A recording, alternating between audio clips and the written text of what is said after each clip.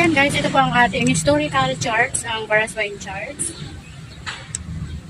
Ano nga ba ang kwento ng Baraswain charts? Ayan po, samahan niyo ako at ikikwento ko sa inyo ng kahapyaw lang. Ito po ang kauna-unahang Pangulo ng ating Republika ng Pilipinas noong 1869 hanggang 1964. Dito niya sa Malolos pansamantalang inilipat ang pamahalaang revolusyon mula Bacoor, Cavite dahil sa napipintong digmaang Pilipino-Amerikano noong September 10, 1898 hanggang 31 ng Marso 1899. Pinulong ang Kongreso ng Malolos sa simbahan ng Baraswain, Bulacan upang malangkas ng saligang batas.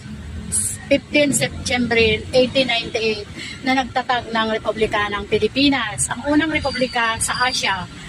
23 Enero 1899. Ayan, yan po ang historical Baraswain. Dito po naganap ang paglilipat na po ng revolusyonaryo, pamahalang revolusyonaryo nung magkaroon tayo ng digmaan or ayan, war. Ayan po